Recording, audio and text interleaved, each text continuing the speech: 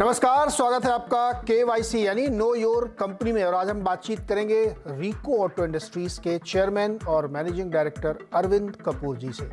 लेकिन सबसे पहले देखते हैं इस वक्त की सुर्खियां। बाजार में आज बैंकों में रौनक। बैंक के दम पर निफ्टी बैंक 200 अंक चला। भारी उठापटक के बीच निफ्टी में सपाट कारोबार। मिड कैप में गिरावट ज्यादा। इन्फोसिस और HCL टेक के नतीजों से पहले आईटी शेयर्स ने दिखाया जोश। निफ्टी आईटी इंडेक्स करीब 1% उछला। बैंक, मेटल और फाइनेंस शेयर्स में भी तेजी। जेपी मॉर्गन के अंडरवेट रेटिंग के बाद 4% से ज्यादा फिसला भारती एयरटेल। 5G कैपेक्स और टैरिफ न बढ़ने की चिंता से 710 का दिया टारगेट। आज से ग्रेटर नोएडा में शुरू हुआ देश का सबसे बड़ा ऑटो फेयर। मारुति ने पेश की अपनी पहली electric SUV concept EVX। MG ने भी नई हेक्टर और सिटी से उठाया पर्दा। Hyundai, किया ने भी लॉन्च की अपनी अपनी कारें।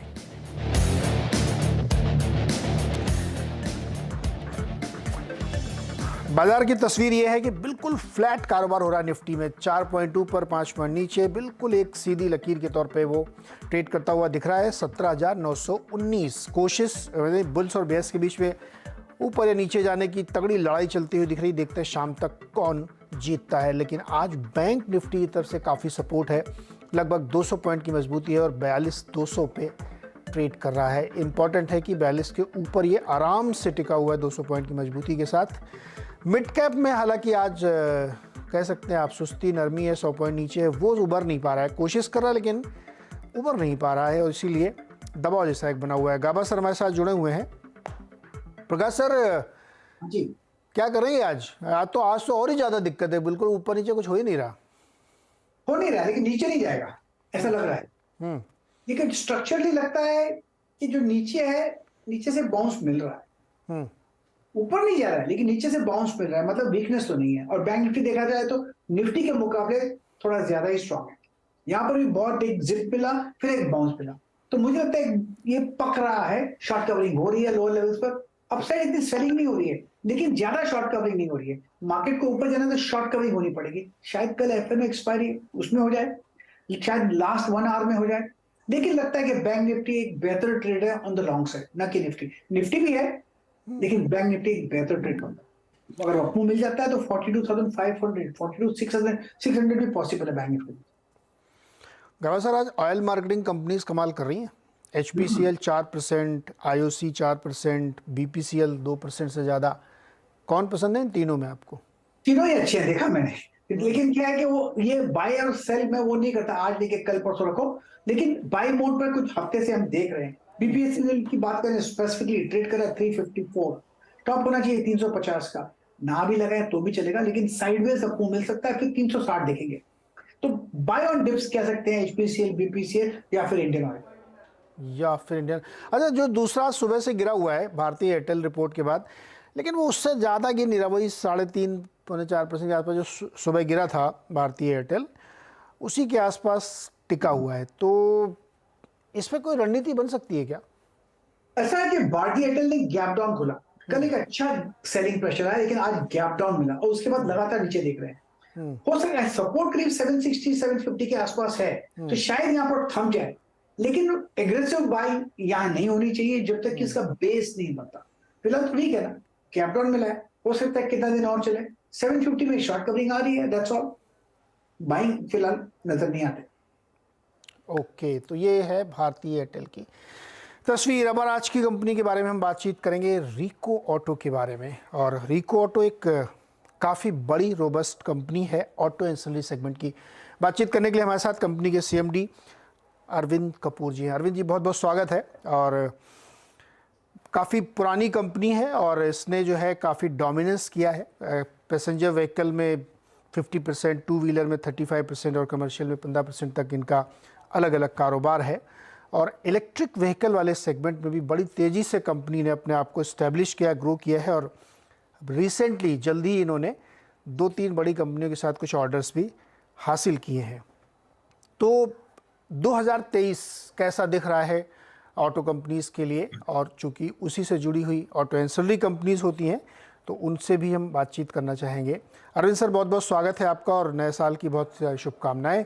आपको भी जी। जी, तो अरविंद सर, मैं एक रिपोर्ट पढ़ रहा था आपकी कंपनी के बारे में, बड़ी इंकरेजिंग लिखी हुई है और काफ़ी पॉजिटिव चीज़ें लिखी हुई हैं।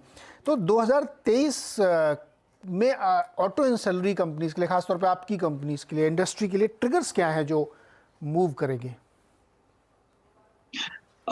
एक तो जो ये साल जो खत्म होगा मार्च 23 में, जो हमारी कंपनी है वो that should grow by about 25%। And जो उसका अगला साल है, we have the visibility for the orders and primarily जो हमारी ग्रोथ है ना, दैट इज एक तो fortunately two wheeler industry are showing some signs of improvement, और बाकी द कार इंडस्ट्री भी अच्छी चल रही है, एंड जो एक्सपोर्ट्स हैं वो भी हमारे अच्छे चल रहे हैं।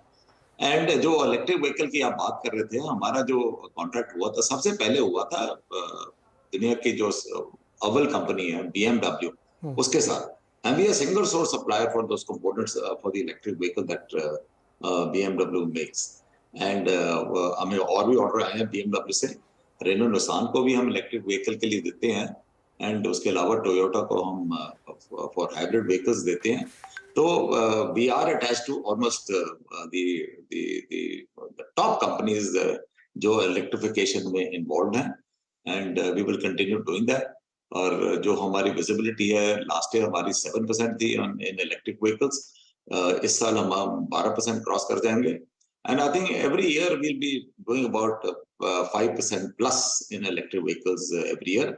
And this is despite the fact जो हमारे आईसी इंजन हैं उनकी सेल भी बढ़ रही है, और उसके ऑर्डर हम छोड़ेंगे नहीं, वो भी अभी 10-15-20 साल चलेंगे, एंड हम उसके अंदर पार्टिसिपेट करते रहेंगे। एंड जो अब हमारी विजिबिलिटी है और जो हमारी जो ग्रोथ आ रही है for the next many years, जो नए ऑर्डर्स हमें आए हैं, एक तो हम 2400 करोड़ इस साल क्लियर करेंगे, पर उसके टू टॉप इट ऑल हमें 1400 करोड़ के और ऑर्डर आए हैं, एंड कोई 25 में शुरू होगा, कोई 24 में शुरू होगा, और धीरे धीरे ऐसे शुरू होंगे। वो उसमें से ऑलमोस्ट 75% जो है इलेक्ट्रिक व्हीकल्स के पार्ट्स हैं। So that is the very important thing that our company, the direction that our company has taken.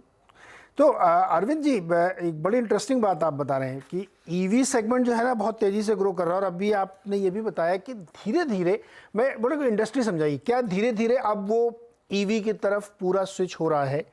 कुछ कंपनियां जल्दी अडॉप्ट कर रही हैं, कुछ कंपनियां देर से अडॉप्ट कर रही हैं।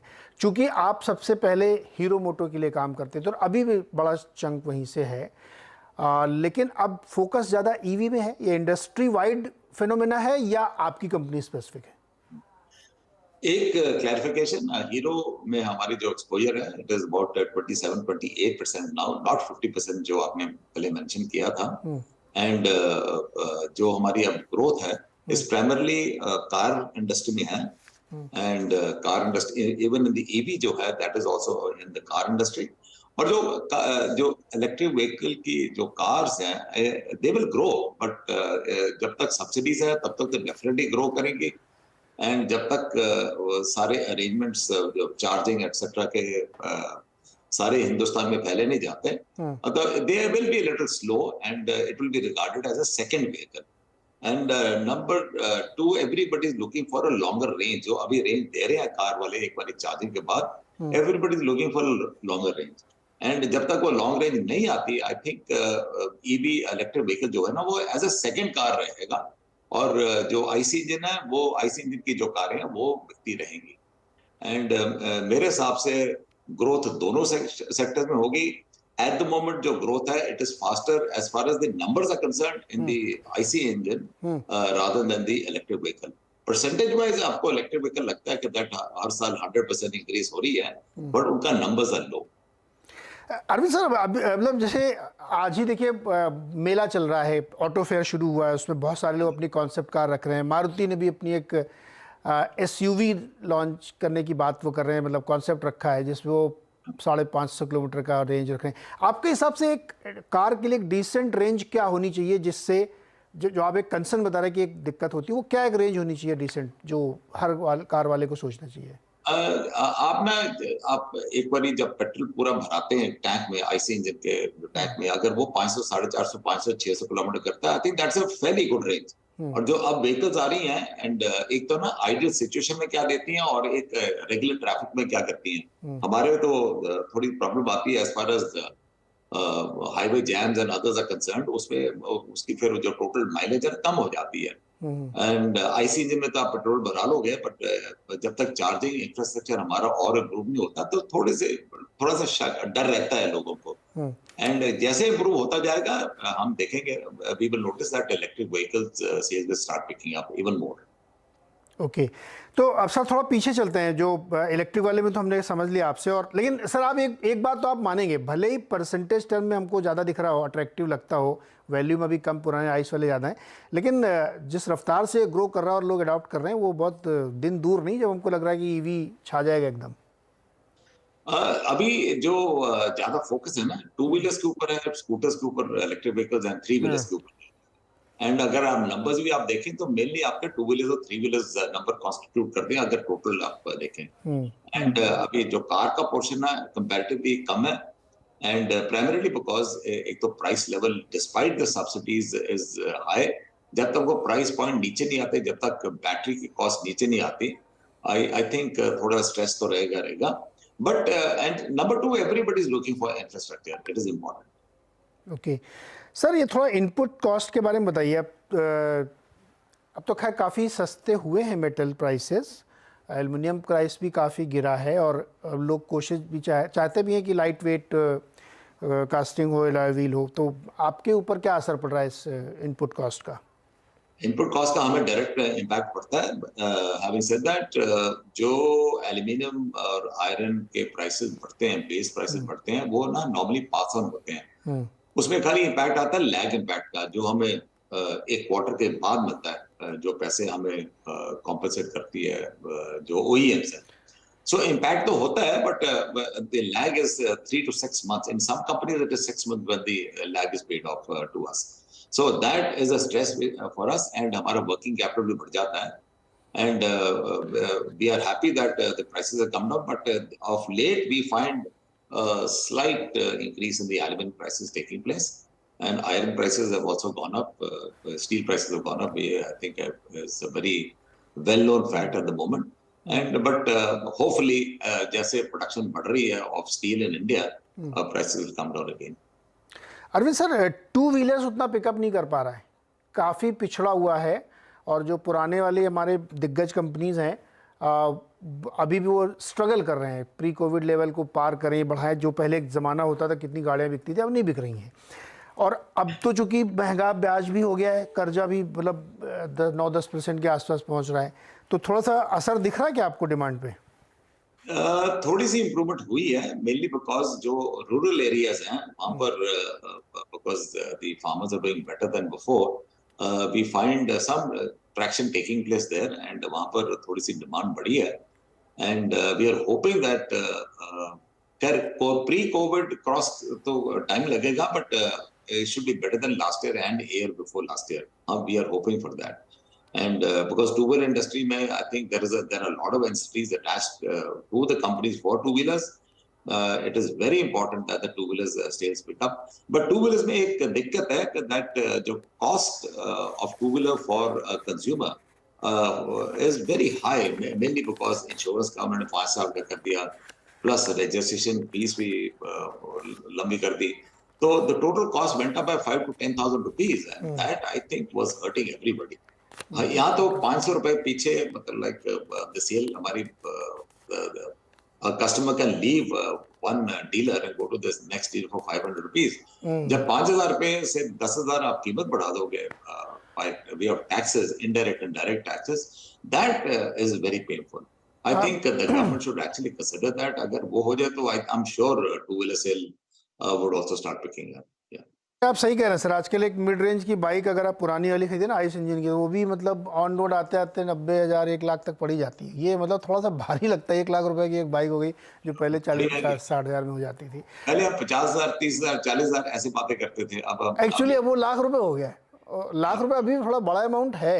अच्छा अरविंद सर, लास्ट क्वेश्चन, चूंकि आपने कंसर्न रेज किया है, तो निर्मला जी से अगर आपको एक अपनी विश रखनी हो तो क्या होगी? ये तो हमारी रेगुलर विश है दैट जो टू व्हीलर्स है which is a common man vehicle, I think the GST should be on the lower side so that consumer को बेनिफिट मिले। I think that is one request, हमारी constant request है। वो मानते भी है इस बात को दैट ये पुअर मैन्स व्हीकल है और ये करना चाहिए, पर लेकिन इसमें स्ट्रक्चर ऐसा बना हुआ है कि that I think it's become difficult for them to actually review the prices of two wheelers and try to bring it down. Okay, उम्मीद करते हैं कि इस बार वो ज़रूर सुनेंगी। आपने नेशनल चैनल पे बोल दिया तो वो हो सकता है कि सुने और कंसीडर भी करें, क्योंकि ज़रूरत भी है लोगों को। अरविंद सर, बहुत बहुत शुक्रिया।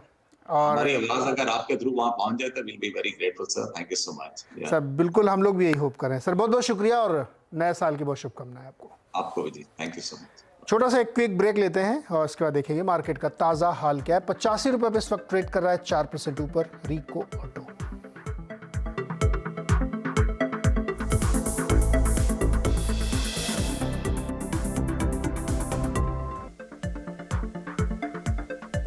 बाजार जस का तस, बिल्कुल फ्लैट, कोई मूवमेंट नहीं। 4 पॉइंट अब लाल में है, 4 पॉइंट हरा में। देखिए आपके सामने जो स्क्रीन दिख रही है उसमें बिल्कुल फ्लैट कारोबार कर रहा है। और बैंक निफ्टी भी फ्लैट कारोबार, वही 170 पॉइंट के आसपास, ना बहुत ज़्यादा मोमेंटम नहीं है। चलिए एक छोटा सा ब्रेक और लेना मुझे यहाँ पे। अगले 1.5 घंटे में हर्षदा, अनुज और वीरेंद्र आपके लिए बनाएंगे ट्रेडिंग स्ट्रेटजी।